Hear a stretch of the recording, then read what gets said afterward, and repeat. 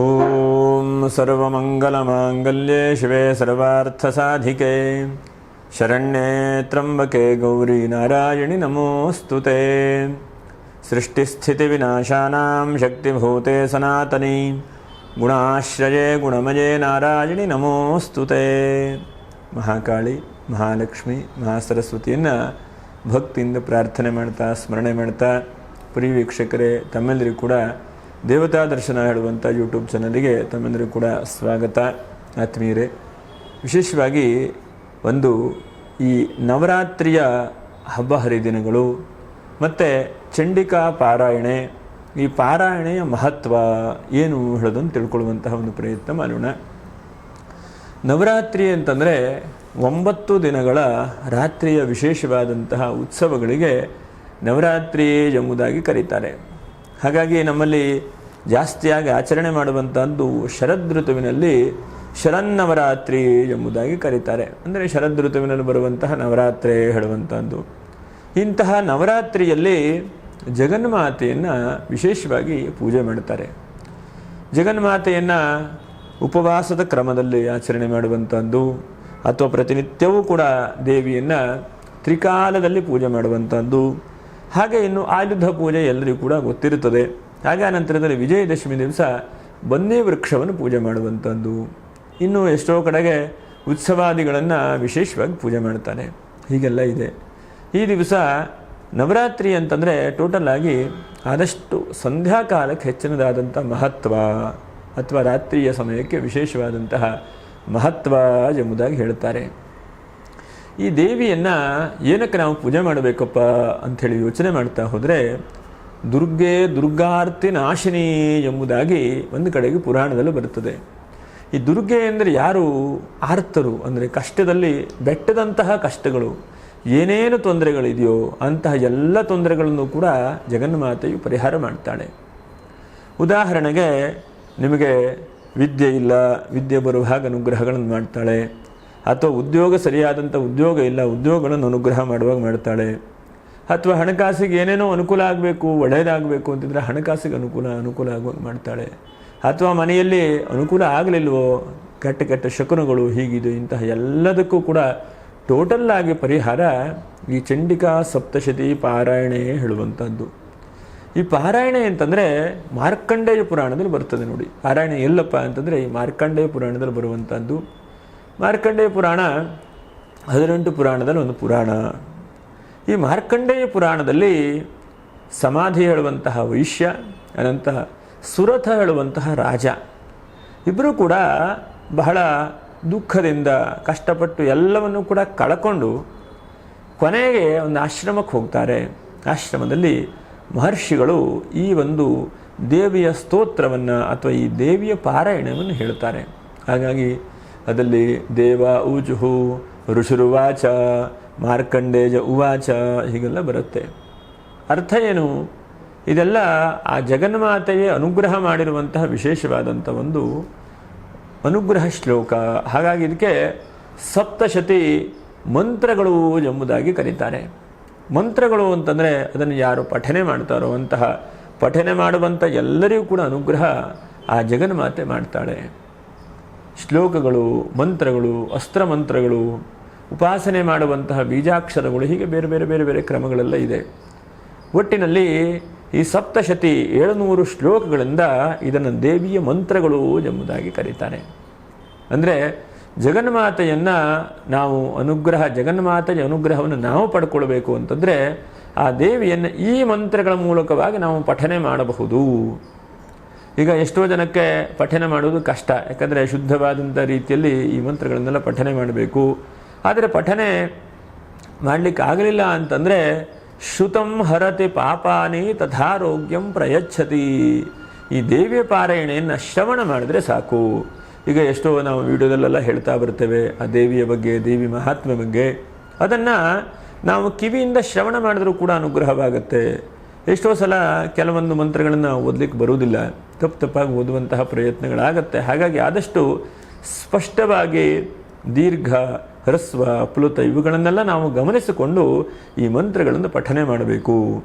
ಆ ಮಂತ್ರಗಳನ್ನು ಸರಿಯಾಗಿ ಉಚ್ಚಾರ ಮಾಡಿಲ್ಲ ಅಂತ ಆದರೆ ಮಂತ್ರ ಫಲವೂ ಕೂಡ ತಪ್ಪಾಗಿಬಿಡುತ್ತೆ. ನಾವು ಎಷ್ಟೋ ಸಲ ಆ ಮಂತ್ರಗಳ ಪಠನೆ ತಪ್ಪಾಗುತ್ತೆ, ಅಥವಾ ಸರಿಯಾದಂತಹ ಒಂದು ಕ್ರಮದಲ್ಲಿ ಮಾಡುವುದಿಲ್ಲ, ಮತ್ತು ಶುದ್ಧವಾದಂಥ ಮನಸ್ಸಿನಿಂದ ಮಾಡುವುದಿಲ್ಲ, ಅಥವಾ ಶುದ್ಧವಾದಂಥ ಶರೀರದಿಂದ ಮಾಡುವುದಿಲ್ಲ. ಹೀಗೆಲ್ಲ ಆ ಮಂತ್ರಗಳು ಸಿದ್ಧಿ ಆಗದೇ ಇರಲಿಕ್ಕೆ ಅನೇಕ ಕಾರಣಗಳು ಕೂಡ ಇದ್ದಾವೆ. ಮಂತ್ರಗಳನ್ನು ನಾವು ಸ್ಪಷ್ಟವಾಗಿ ಆದಷ್ಟು ಯಾವ್ಯಾವ ಸಂಕಲ್ಪಗಳನ್ನು ಹೇಗೆ ಮಾಡಬೇಕು ಆ ಒಂದು ಗುರು ಮಾರ್ಗ ರೀತಿಯಲ್ಲಿ ನಾವು ಮಾಡಿಕೊಳ್ಬೇಕು. ಅದಕ್ಕೆ ನಮ್ಮಲ್ಲಿ ಪರಂಪರೆ, ಗುರು ಪರಂಪರೆ ಎಂಬುದಾಗಿ ಹೇಳ್ತಾರೆ. ಆ ಗುರು ಪರಂಪರೆಯು ಬಹಳ ಮುಖ್ಯವಾದಂಥದ್ದು. ಯಾವುದೇ ಮಂತ್ರಗಳಿರಬಹುದು, ಅಥವಾ ಜಪಗಳಿರಬಹುದು, ಅನುಷ್ಠಾನಗಳಿರಬಹುದು, ಇದನ್ನು ನಾವು ಮಾಡಬೇಕು ಅಂತಂದರೆ ಗುರು ಪರಂಪರೆ ಬಹಳ ಮುಖ್ಯವಾದಂಥದ್ದು. ಶ್ರೀ ಗುರು, ಪರಮಗುರು, ಪರಮೇಷ್ಠ ಗುರು, ಪರಾತ್ಮಗುರು, ಹೀಗೆ ಪೀಠಾಧಿಪತಿಗಳೆಲ್ಲ ನಾವು ಹೇಳಿ ಕೈ ಮುಗಿತೇವೆ. ಅರ್ಥ ಏನು? ಅವರದಾದಂತಹ ಒಂದು ಉಪಾಸನಾ ಪರಂಪರೆಗಳನ್ನು ಶಿಷ್ಯವರ್ಗಕ್ಕೆ ಮಾಡ್ತಾ ಬರ್ತಾರೆ. ಆ ಉಪಾಸನೆಯಲ್ಲಿ ಅನೇಕ ಕ್ರಮಗಳಿದ್ದಾವೆ, ಅದೆಲ್ಲ ಇನ್ನು ಅನೇಕ ವಿಡಿಯೋದಲ್ಲಿ ಹೇಳೋಣ. ಒಟ್ಟಿನಲ್ಲಿ ಈ ಒಂದು ಚಂಡಿಕಾ ಪಾರಾಯಣೆ ಅಥವಾ ಚಂಡಿಕಾ ಸ್ತೋತ್ರದಲ್ಲಿ ಪ್ರಧಾನವಾಗಿ 700 ಮಂತ್ರಗಳಿದ್ದಾವೆ. ಹಾಗೆ ಆರಂಭದಲ್ಲಿ ದೇವಿಯ ಕವಚ ಸ್ತೋತ್ರ, ಹಾಗೆ ಅರ್ಗಲಾ ಸ್ತೋತ್ರ, ಹಾಗೆ ಕೀಲಕ ಸ್ತೋತ್ರ ಹೇಳುವಂತಹ 3 ಸ್ತೋತ್ರಗಳು ಕೂಡ ಇದ್ದಾವೆ. ಈ 3 ಸ್ತೋತ್ರಗಳನ್ನು ನಾವು ಪಠನೆ ಮಾಡುವ ಮಾತ್ರದಿಂದ ಏನಾಗತ್ತಪ್ಪ ಅಂತಂದರೆ ನಮಗೆ 3 ರೀತಿಯಾದಂತಹ ಆಧ್ಯಾತ್ಮಿಕ, ಆದಿ ದೈವಿಕ, ಆದಿ ಭೌತಿಕ 3 ರೀತಿಯಾದಂಥ ತಾಪತ್ರಯಗಳು ಅಂತೇಳಿ ಹೇಳ್ತೇವೆ ನೋಡಿ. ಎಲ್ಲ ಸುಡುತ್ತಾ ಇರುತ್ತೆ ನಮಗೆ. ಅಂತಹ ಸುಡುವಂತಹ ತಾಪತ್ರಯಗಳು ನಮಗೆಲ್ಲ ಪರಿಹಾರ ಆಗ್ತದೆ. ಯಾಕಂದರೆ ದೇವಿ ನಮಗೆ ಕವಚದ ರೀತಿಯಲ್ಲಿ ರಕ್ಷಣೆ ಮಾಡ್ತಾಳೆ. ಎಂತಹ ಕಷ್ಟ ಬಂದರೂ ಕೂಡ ಆ ಜಗನ್ಮಾತೆಯನ್ನು ಭಕ್ತಿಯಿಂದ ನಾವು ಸ್ಮರಣೆ ಮಾಡಿದರೆ ನಮ್ಮ ಕಷ್ಟ ಪರಿಹಾರ ಆಗ್ತದೆ. ಯಾಕಂದರೆ ಮನುಷ್ಯನಿಗೆ ಕಷ್ಟ ಬರದೆ ಮರಕ್ಕೆ ಬರುವುದಿಲ್ಲ. ಹಾಗಾಗಿ ಕಷ್ಟಗಳು ಪ್ರತಿಯೊಬ್ಬರ ಜೀವನದಲ್ಲಿ, ಪ್ರತಿಯೊಂದು ಕೆಲಸದಲ್ಲಿ, ಎಲ್ಲ ಕಡೆಗೂ ಕೂಡ ಬರುವಂತಹದ್ದೇ. ಇವತ್ತಿನ ತಾಂತ್ರಿಕ ಕಾಂಪಿಟೇಷನ್ ಜೀವನದಲ್ಲಿ ಎಲ್ಲರಿಗೂ ಕೂಡ ಬರುತ್ತೆ. ಆದರೆ ಎಷ್ಟೇ ಕಷ್ಟಗಳು, ಎಷ್ಟೇ ಸಮಸ್ಯೆಗಳು ಬಂದರೂ ಕೂಡ ಆ ಜಗನ್ಮಾತೆಯು ಹೂವು ಎತ್ತದ ಹಾಗೆ ನಿಮ್ಮ ಜೀವನ ಎತ್ಕೊಂಡು ಅನುಗ್ರಹ ಮಾಡ್ತಾಳೆ. ನಿಮಗೆ ಗೊತ್ತಿಲ್ಲದೇ ಇದ್ದ ಹಾಗೆ ಆ ತಾಯಿಯ ಅನುಗ್ರಹದಿಂದ ಎಲ್ಲ ಮಂಗಲವಾಗ್ತಾ ಬರುತ್ತೆ. ಅದು ನಿಮಗೆ ಗೊತ್ತಾಗೋದಿಲ್ಲ. ಕೊನೆಗೆ ಒಂದ್ಸಲ ನೋಡ್ಲಿಕ್ಕೆ ಹೋದರೆ ಹಿಂದೆ ತಿರುಗಿ ನೋಡಿದಾಗ ನಾನಿಷ್ಟು ಮುಂದೆ ಬಂದಿದ್ದೇನೆ ಅಂತೇಳಿ ಗೊತ್ತಾಗುತ್ತೆ ನಿಮಗೆ. ಅದನ್ನು ಆ ಜಗನ್ಮಾತೆ ಮುನ್ನಡೆಸ್ತಾಳೆ. ಅದು ಬಹಳ ಮುಖ್ಯವಾದಂಥದ್ದು. ಹಾಗಾಗಿ ನಾವು ಈ ಚಂಡಿಕಾ ಪಾರಾಯಣೆಯನ್ನು ಶ್ರವಣ ಮಾಡಬೇಕು. ಇದರಲ್ಲಿ ಏನೇನು ಬಹಳ ಮುಖ್ಯವಾದಂಥ ಉದ್ದೇಶ ಇದೆ? ಒಂದನೇದಾಗಿ ನಾ ಹೇಳಿದಾಗೆ ಸುರಥ ಮತ್ತು ಸಮಾಧಿ ಹೇಳುವಂಥ ಇಬ್ಬರು ಕೂಡ ಮಾರ್ಕಂಡೇಯ ಮಹರ್ಷಿಗಳ ಆಶ್ರಮಕ್ಕೆ ಹೋದಾಗ ಅವರು ಪಠನೆ ಅಥವಾ ಇದನ್ನು ಸ್ತೋತ್ರಗಳನ್ನು ಹೇಳಿರುವಂತಹದ್ದು. ಅಂದರೆ ಅವರು ಎಲ್ಲವೂ ಕೂಡ ಕಷ್ಟವಾಗಿ ಊರು, ಗ್ರಾಮ, ಮನೆ ಅಥವಾ ಅರಮನೆ ಎಲ್ಲ ಬಿಟ್ಟು ಹೋಗಿಬಿಟ್ಟಿದ್ದಾರೆ. ಕೊನೆಗೆ ಹೋದಾಗ ಆ ದೇವಿಯ ಚರಿತ್ರೆಗಳನ್ನು ಹೇಳ್ತಾರೆ. ಅರ್ಥ ಏನು? ಆ ಮಹರ್ಷಿಗಳು ಹೇಳಿದಾಗ ಇವರಿಗೆಲ್ಲ ಪುನಃ ಲಭಿಸುತ್ತೆ. ಅದರಲ್ಲಿ ನೋಡಿ, ಯಯ್ಯಂ ಕಾಮಜತೆ ಕಾಮಂ ತಂತಂ ಪ್ರಾಪ್ನೋತಿ ನಿಶ್ಚಿತಂ ಪರಮೈಶ್ವರ್ಯಮತುಲಂ ಪ್ರಾಪ್ಸತೆ ಭೂತಲೆ ಪುಮಾನ್ ಎಂಬುದಾಗಿ ಈ ಚಂಡಿಕಾ ಪಾರಾಯಣಿಯಲ್ಲಿ ಬರುತ್ತೆ. ಅರ್ಥ ಏನು? ಯಯ್ಯಂ ಕಾಮಜತೆ ಕಾಮಂ ಅಂದರೆ ಯಾರ್ಯಾರು ಏನೇನು ಬೇಡ್ಕೊಳ್ತಾರೋ, ಯಾರ್ಯಾರು ಉದಾಹರಣೆಗೆ ಮಕ್ಕಳಿಲ್ಲ ಅಂಥೇಳಿ ಆ ತಾಯಿಯನ್ನು ಜಗನ್ಮಾತೆಯನ್ನು ಪಾರಾಯಣೆ ಮಾಡಿ ಪ್ರಾರ್ಥನೆ ಮಾಡಿದರೆ ಅವರಿಗೆ ಸಂತಾನಗಳನ್ನು ಅನುಗ್ರಹ ಮಾಡ್ತಾಳೆ. ಅಥವಾ ನಮಗೆ ಯಾಕೆ ಉದ್ಯೋಗವೇ ಸ್ಥಿರವಾಗ್ತಾ ಇಲ್ಲ, ನಾವು ಬೇರೆ ಎಲ್ಲ ರೀತಿಯಲ್ಲೂ ಕೂಡ ಮಾಡ್ತಾ ಹೋಗ್ತೇವೆ, ಆದರೆ ಆ ಜಗನ್ಮಾತೆಯನ್ನು ನಂಬಿ ಭಕ್ತಿಯನ್ನು ಪ್ರಾರ್ಥನೆ ಮಾಡಿ ಮಾಡೋದಿಲ್ಲ. ಹಾಗಾಗಿ ಉದ್ಯೋಗ ಇಲ್ಲದೇ ಇದ್ದವರು ಉದ್ಯೋಗಗಳನ್ನು ಕೂಡ ಅನುಗ್ರಹ ಮಾಡ್ತಾಳೆ.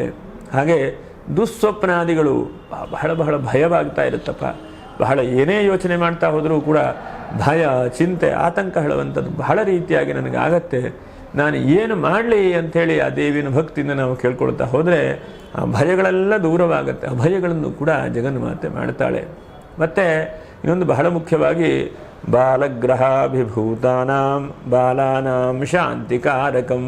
ನೋಡಿ, ಸಣ್ಣ ಪುಟ್ಟ ಮಕ್ಕಳು ಮಲಗಿದ ತಕ್ಷಣ ಬೆಚ್ಚ ಬೀಳ್ತಾರೆ, ಅಥವಾ ಏನೋ ಒಂದು ಅವ್ರ ಮನಸ್ಸಿನ ಸಮಾಧಾನ ಇರುವುದಿಲ್ಲ, ಅಥವಾ ಏನೋ ಒಂದು ಒತ್ತಡ ಇದ್ದ ಹಾಗಾಗತ್ತೆ. ಸರಿಯಾಗಿ ಹಾಲನ್ನು ಕುಡಿಯುವುದಿಲ್ಲ, ಅಥವಾ ಸರಿಯಾಗಿ ಎದ್ದೇಳುವುದಿಲ್ಲ. ಹಾಗೆ ಹಾಸಿಗೆಯಲ್ಲೇ ಮಲಮೂತ್ರ ವಿಸರ್ಜನೆ ಮಾಡಿಕೊಳ್ತಾರೆ ಚಿಕ್ಕ ಚಿಕ್ಕ ಮಕ್ಕಳು. ಇಂಥವರಿಗೆ ಬಾಲಗ್ರಹ ದೋಷ ಹೇಳುವಂಥದ್ದು ಕೂಡ ಇರುತ್ತೆ ಹೇಳುವಂಥದ್ದು. ಹಾಗಾಗಿ ಇಂತಹ ಬಾಲಗ್ರಹ ದೋಷ ಇದ್ದರೂ ಕೂಡ ಈ ಚಂಡಿಕಾ ಸ್ತೋತ್ರಗಳನ್ನು ನಾವು ಪಠನೆ ಮಾಡಿದರೆ ಅಥವಾ ಶ್ರವಣ ಮಾಡಿದರೆ ಅಂತಹ ಬಾಲಗ್ರಹ ದೋಷಗಳು ದೂರವಾಗುತ್ತದೆ. ಇದೆಲ್ಲ ನಮಗೆ ಕಣ್ಣಿಗೆ ಕಾಣುವಂತಹದ್ದಲ್ಲ. ಜ್ಞಾನಿಗಳು ಮಾತ್ರ ಇದನ್ನು ಕಂಡುಕೊಂಡಿದ್ದಾರೆ. ಹಾಗಾಗಿ ಜ್ಞಾನಿಗಳು ಕಂಡುಕೊಂಡು ಪರಂಪರೆ ಮೂಲಕವಾಗಿ ನಮಗೆ ತಿಳಿಸ್ಕೊಟ್ಟಿದ್ದಾರೆ. ಹಾಗಾಗಿ ನಾವು ಎಷ್ಟು ಸಾಧ್ಯವಾಗುತ್ತೋ ಅಷ್ಟು ಆ ಚಂಡಿಕಾ ಸಪ್ತಶತಿ ಪಾರಾಯಣೆಯನ್ನು ಪಠನೆ ಮಾಡುವಂಥದ್ದು, ಶ್ರವಣ ಮಾಡುವಂಥದ್ದು. ಅದರಲ್ಲೂ ಕೂಡ ನವರಾತ್ರಿ ಇದೆ ನೋಡಿ. 2024ನೇ ಇಸ್ವಿಯಲ್ಲಿ 3ನೇ ತಾರೀಕಿಗೆ ನವರಾತ್ರಿ ಆರಂಭವಾಗಿ 12ನೇ ತಾರೀಕಿಗೆ ದಶಮಿ ಇದೆ. ವಿಜಯದಶಮಿಯು ಕೂಡ 12ನೇ ತಾರೀಕು ಶನಿವಾರ ಇದೆ. ಇದೆಲ್ಲ ಬಹಳ ಮಹತ್ತರವಾದಂಥದ್ದು. ಒಂದೊಂದು ನವರಾತ್ರಿಯಲ್ಲೂ ಕೂಡ ನಾವು ಒಂದೊಂದು ಸಂಕಲ್ಪಗಳನ್ನು ಮಾಡಬೇಕು. ಆ ಭಗವತಿಯನ್ನು ಪ್ರಾರ್ಥನೆ ಮಾಡಿ ಈ ಸಂಕಲ್ಪಗಳನ್ನು ಜಗನ್ಮಾತೆನೇ ನೆರವೇರಿಸು, ನಾನು ಇಂತಹ ಕೆಲಸಕ್ಕೆ ಹೊರಟಿದ್ದೇನೆ ಅಂಥೇಳಿ ಕಟಿಬದ್ಧವಾಗಿ ನಾವು ಮುಂದೆ ಹೋಗಬೇಕು. ನಮ್ಮ ಜೀವನದಲ್ಲಿ ಏನಾಗುತ್ತೆ, ದಿವಸ ಬೆಳಗ್ಗೆ ಆಗುತ್ತೆ, ರಾತ್ರಿ ಆಗುತ್ತೆ, ಸಮಯ ನಮಗಿಲ್ಲ. ನಮ್ಮ ಚಿಂತೆ ಜೊತೆಗೆ ಇನ್ನು ಮತ್ತೊಂದು ಏನಾದರೂ ಒಂದು ಸಮಸ್ಯೆ ಬಂದು ಬಿದ್ದರೆ ಏನಪ್ಪ ಹೇಗೆ ಹೊರಗೆ ಬರಲಿ ಅಂತೇಳಿ ಯೋಚನೆ ಮಾಡ್ತಾ ಇರ್ತೇವೆ ಅಲ್ವಾ. ಹಾಗಾಗಿ ನಾವು ಕಟಿಬದ್ಧವಾಗಿ ಏನು ಮಾಡಬೇಕು, ಜಗನ್ಮಾತೆಯನ್ನು ಬೇಡಿಕೊಳ್ಬೇಕು. ವಿಜಯದಶಮಿ ಅಂತಂದರೆ ನೋಡಿ, ಈ ಒಂದು 3 ಚರಿತ್ರೆಯಲ್ಲೂ ಕೂಡ ಒಂದು ಮಹಾಕಾಳಿಯ ಚರಿತ್ರೆ, ಹಾಗೆ ಮಹಾಲಕ್ಷ್ಮಿಯ ಚರಿತ್ರೆ, ಮಹಾಸರಸ್ವತಿ ಚರಿತ್ರೆ ಅಂತ ಬರುತ್ತೆ. 3 ಚರಿತ್ರೆಗಳು. ಮಹಾಕಾಳಿಯ ಚರಿತ್ರೆಯಿಂದ ಎಲ್ಲ ರಾಕ್ಷಸರನ್ನು ಕೂಡ ಸಂಹಾರ ಮಾಡಿ ಆ ಜಗನ್ಮಾತೆಯು ಎಲ್ಲ ನಮ್ಮ ರೀತಿಯಾದಂತಹ ಕಷ್ಟಗಳನ್ನೆಲ್ಲ ಪರಿಹಾರ ಮಾಡುವಂಥದ್ದು. ಕ್ರೂರವಾದಂಥ ಉಗ್ರವಾದಂತಹ ಆ ಕಾಳಿಯ ಸ್ವರೂಪದಿಂದ ಎಲ್ಲರ ಕಷ್ಟಗಳನ್ನು ಕೂಡ ಜಗನ್ಮಾತೆ ಪರಿಹಾರ ಮಾಡ್ತಾಳೆ. ಯಾಕಂದರೆ ನಮಗೆ ಸಾಮಾನ್ಯ ಕಷ್ಟ ಇದೆಯಾ, ಯಾಕಂದರೆ ಕಷ್ಟ ಅಂತ ಹೇಳ್ತಾ ಹೋದಂತೆ ಇನ್ನೂ ಕಷ್ಟಗಳು ಜಾಸ್ತಿ ಆಗ್ತಾ ಹೋಗ್ತದೆ ಅಲ್ವಾ. ದುಡ್ಡು ಇಲ್ಲ ಅಂತ ಇನ್ನೂ ಕೂಡ ದುಡ್ಡು ಕಷ್ಟ ಆಗ್ತಾ ಹೋಗ್ತದೆ. ಹಾಗಾಗಿ ಆ ಕಷ್ಟಗಳನ್ನು ಆ ಜಗನ್ಮಾತೆ ಪರಿಹಾರ ಮಾಡ್ತಾಳೆ. ಇನ್ನು ಮಹಾಲಕ್ಷ್ಮಿಯ ಸ್ವರೂಪದಿಂದ ನಮಗೆ ಏನೇನು ಸಂಪತ್ತು ಬೇಕು ಜೀವನ ಮಾಡಲಿಕ್ಕೆ, ಅಥವಾ ನಮಗೆ ಸರಿಯಾದಂತಹ ಮಾರ್ಗಗಳು ಏನು. ಲಕ್ಷ್ಮಿ ಅಂತಂದರೆ ಕೇವಲ ದುಡ್ಡು ಹೇಳುವಂಥದ್ದಲ್ಲ, ನಮಗೆ ಆರೋಗ್ಯವೂ ಕೂಡ ಒಂದು ವಿಶೇಷವಾದಂಥ ಸಂಪತ್ತೇ. ಇವತ್ತು ನಾವು ಮಾತಾಡ್ತಾ ಇದ್ದೇವೆ, ಕಿವಿ ಚೆನ್ನಾಗಿದೆ, ಕಣ್ಣು ಚೆನ್ನಾಗಿ ಕಾಣ್ತಾ ಇದೆ, ಆ ಭಗವಂತನು ಇಷ್ಟೊಂದು ಶರೀರ ಕೊಟ್ಟಿದ್ದಾನೆ ಅಂತ ಆದರೆ ನಮಗದು ಭಗವಂತನ ಅನುಗ್ರಹವೇ, ಆ ಮಹಾಮಾಯೆ ಅನುಗ್ರಹವೇ ಅಲ್ವಾ. ಹಾಗಾಗಿ ಇಂತಹ ಆ ಸಂಪತ್ತನ್ನು ನಮಗೆ ಅನುಗ್ರಹ ಮಾಡ್ತಾಳೆ, ಉಳಿಸ್ತಾಳೆ. ಮತ್ತು ಬೆಳೆಯುವಂತಹ ಪ್ರಯತ್ನಗಳನ್ನು ಕೂಡ ಆ ಜಗನ್ಮಾತೆ ಮಾಡ್ತಾಳೆ. ಇನ್ನು ಮಹಾ ಸರಸ್ವತಿ ಅನುಗ್ರಹದಿಂದ ಬಹಳ ಮುಖ್ಯವಾಗಿ ನಮಗೆ ಜ್ಞಾನದ ಸ್ವರೂಪದಿಂದ ನೋಡಿ, ನೀವೆಲ್ಲ ಯೋಚನೆ ಮಾಡಿ, ಎಲ್ಲವೂ ಕೂಡ ಇದ್ದು ಸರಿಯಾದಂಥ ಬುದ್ಧಿ ಇಲ್ಲ ಅಂತಂದರೆ ಏನು ಕರೀತಾರೆ ವ್ಯಕ್ತಿಗಳನ್ನು. ಹಾಗಾಗಿ ಅಂತಹ ಆ ಬುದ್ಧಿಶಕ್ತಿಗಳನ್ನು, ಅತ್ಯಂತ ಸೂಕ್ಷ್ಮವಾದಂತಹ ಮತಿಯನ್ನು, ಆ ಮೇಧಾಶಕ್ತಿಯನ್ನು ಜಗನ್ಮಾತೆ ನಮಗೆ ಅನುಗ್ರಹ ಮಾಡ್ತಾಳೆ. ಮೇಧಾಶಕ್ತಿ ಅಂತಂದರೆ ಗ್ರಹಣ ಮಾಡುವಂಥ ಒಂದು ಶಕ್ತಿ, ಯಾವುದೇ ಒಂದಿದ್ರೂ ಕೂಡ ನೆನಪಿಟ್ಕೊಳ್ಳುವಂಥ ಒಂದು ಶಕ್ತಿ, ಆ ಸಮಯಕ್ಕೆ ಸರಿಯಾದಂಥ ಒಂದು ದೃಢ ನಿರ್ಧಾರ ಮಾಡುವಂಥದ್ದು, ಅಥವಾ ಸ್ಥಿತಪ್ರಜ್ಞನಾಗಿರುವಂಥದ್ದು. ಸ್ಥಿತಪ್ರಜ್ಞ ಅಂತಂದರೆ ಯಾವ್ಯಾವ ಸಮಯಕ್ಕೆ ಏನೇನು ಮಾಡಬೇಕು ಅದನ್ನು ಸ್ಥಿತವಾದಂತಹ ಪ್ರಜ್ಞಾವಸ್ಥೆಯಲ್ಲಿ ಮಾಡುವಂಥ ಒಂದು ಶಕ್ತಿಯನ್ನು ಈ ಮಹಾಸರಸ್ವತಿ ಅನುಗ್ರಹ ಮಾಡ್ತಾಳೆ. ಇನ್ನು ಕೇಳಬೇಕಾ, ಈ ಮಹಾಸರಸ್ವತಿ ಅನುಗ್ರಹದಿಂದ ನಿಮಗೆ ಜ್ಞಾನ ಉತ್ಪತ್ತಿ ಆಯಿತು ಅಂತಂದರೆ ಎಲ್ಲ ಕೆಲಸ ಕಾರ್ಯಗಳಿಗೂ ಕೂಡ ಅನುಗ್ರಹವಾಗುತ್ತೆ. ಅದರ ಜೊತೆಯಲ್ಲಿ ನೀವು ಬೇಕಾದಂಥ ಬುದ್ಧಿಯಿಂದ, ಜ್ಞಾನ ಸಂಪಾದನೆಯಿಂದ ಏನೇನು ಒಳ್ಳೊಳ್ಳೆ ಕೆಲಸಗಳನ್ನು ಮಾಡಬೇಕು ಅದನ್ನು ಕೂಡ ಮಾಡಬಹುದು. ಹೀಗೆ ಇಂತಹ 3 ಚರಿತ್ರೆಗಳು. ಕೊನೆಗೆ ರಹಸ್ಯ ತ್ರಯಗಳು ಅಂತ ಬರುತ್ತೆ. ರಹಸ್ಯ ತ್ರಯಗಳು ಆ ದೇವಿಯ ಬಗ್ಗೆ ವಿಶೇಷವಾಗಿ ಎಲ್ಲ ಕೊಂಡಾಡುವಂತಹದ್ದೆಲ್ಲ ಬರುತ್ತೆ. ಹಾಗಾಗಿ ಇಂಥ ಶುಭವಾದಂಥ ನವರಾತ್ರಿಯ ದಿವಸದಲ್ಲಿ ನಾವೆಲ್ಲರೂ ಕೂಡ ಜಗನ್ಮಾತೆಯನ್ನು ಆರಾಧನೆ ಮಾಡೋಣ. ಇಂತಹ ಚಂಡಿಕಾ ಪಾರಾಯಣೆಯನ್ನು ಕೂಡ ನಾವು ಆರಾಧನೆ ಮಾಡಿ ಪ್ರಾರ್ಥನೆ ಮಾಡೋಣ. ನೋಡಿ, ಒಂದೊಂದು ದಿವಸವೂ ಕೂಡ ಜಗನ್ಮಾತೆ ಒಂದೊಂದು ಸ್ವರೂಪವನ್ನು ತಾಳ್ತಾಳೆ.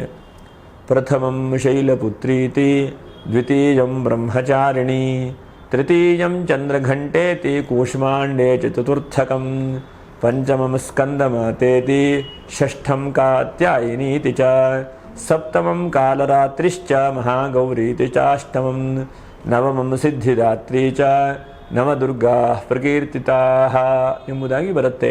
ಅಂದರೆ ನವದುರ್ಗೆಯರ ಸ್ವರೂಪದಿಂದ ನವರಾತ್ರಿಯಲ್ಲಿ ಆ ಜಗನ್ಮಾತೆ ಅನುಗ್ರಹ ಮಾಡ್ತಾಳೆ. ಕೇವಲ ಎಲ್ಲ ಶಕ್ತಿಯೂ ಕೂಡ ಗೌರಿ ಅಂತ ಹೇಳಿ ಕರೆದರೂ ಕೂಡ ಆವಾವ ವಿಧಾನಕ್ಕೆ ಯಾರ್ಯಾರಿಗೆ ಏನೇನು ಬೇಕೋ ಅಂತಹ ಒಂದು ರೀತಿಯಲ್ಲಿ ನಮ್ಮ ಈ ದೊಡ್ಡದಾದಂಥ ಒಂದು ಶರೀರ ಅಂತ ಇಟ್ಕೊಳ್ಳಿ, ಕಣ್ಣು, ಕೈ, ಕಾಲು, ಹೀಗೆ ಬೇರೆ ಬೇರೆ ಬೇರೆ ಬೇರೆ ಅಂಗಾಂಗಗಳನ್ನು ನಾವು ತೋರಿಸಿದ ಹಾಗೆ ಆ ಶಾರೀರಿಕವಾದಂಥ ಒಂದು ಶಕ್ತಿಗಳೇ ಹೇಗೆ ಬೇರೆ ಬೇರೆ ಯಾವುದೇ ತರಹ ಆ ಜಗನ್ಮಾತೆಯು ಬೇರೆ ಬೇರೆ ಅವತಾರಗಳನ್ನು ಮಾಡಿದ್ದಾಳೆ. ಒಟ್ಟಿನಲ್ಲಿ ಎಲ್ಲ ಅವತಾರಗಳನ್ನು ಕೂಡ ನಾವು ಸೇರಿಸಿ ಗೌರಿ ಅಂತ ಹೇಳಿ ಕರೀತೇವೆ, ಅಥವಾ ಜಗನ್ಮಾತೆ ಅಂತ ಹೇಳಿ ಕರೀತೇವೆ. ಹಾಗಾಗಂತಹ ಜಗನ್ಮಾತೆಯು ಎಲ್ಲರಿಗೂ ಕೂಡ ಅನುಗ್ರಹವನ್ನು ಮಾಡಲಿ, ಕಷ್ಟಗಳನ್ನು ಪರಿಹಾರ ಮಾಡುವಂಥ ಒಂದು ಶಕ್ತಿಯನ್ನು ಕೊಡಲಿ. ಯಾಕಂದರೆ ಕಷ್ಟವೇ ಬರಬಾರದು ಅಂತಂದರೆ ಯಾರಿಗೂ ಆಗಲಿಕ್ಕಿಲ್ಲ. ಹಾಗಾಗಿ ಅಂತಹ ಕಷ್ಟಗಳನ್ನೆಲ್ಲ ಪರಿಹಾರ ಮಾಡಿ ಅನುಗ್ರಹವನ್ನು ಮಾಡಲಿ. ಮತ್ತು ಎಲ್ಲ ಧೈರ್ಯ ಸಾಮರ್ಥ್ಯಗಳನ್ನು ಕೊಟ್ಟು ಹೆದರಿಕೆಗಳನ್ನು ಪರಿಹಾರ ಮಾಡಿ ಮುಂದೆ ನಡೆಯುವ ಹಾಗೆ ಮುಂದೆ ಮುಂದೆ ಮುಂದೆ ನಾವು ಹೋಗ್ತಾ ಇರಬೇಕು, ಇದ್ದ ಜಾಗದಲ್ಲಿ ಇರಬಾರ್ದು. ಹಾಗೆ ಒಳ್ಳೆ ರೀತಿಯಾದಂಥ ಕೆಲಸ ಕಾರ್ಯಗಳನ್ನು ಮಾಡಿ ಅನುಗ್ರಹ ಮಾಡಲಿ ಅಂತ ಹೇಳ್ತಾ ಮುಂದಿನ ವಿಡಿಯೋದಲ್ಲಿ ಮತ್ತೆ ಇನ್ನಷ್ಟು ವಿಶೇಷವಾದಂತಹ ವಿಷಯಗಳನ್ನು ತಿಳ್ಕೊಳ್ಳೋಣ. ಯಾರು ಸಬ್ಸ್ಕ್ರೈಬ್ ಮಾಡಿಲ್ಲವಂಥವರು ಸಬ್ಸ್ಕ್ರೈಬ್ ಮಾಡಿ, ಒಂದು ಲೈಕನ್ನು ಮಾಡಿ, ಶೇರನ್ನು ಮಾಡಿ ಅಂತ ಹೇಳ್ತಾ ಮುಂದಿನ ವಿಡಿಯೋದಲ್ಲಿ ಭೇಟಿ ಮಾಡೋಣ. ನಮಸ್ಕಾರ. ಲೋಕಾ ಸಮಸ್ತ ಸುಖಿನೋ ಭವಂತು. ನಮಸ್ಕಾರ.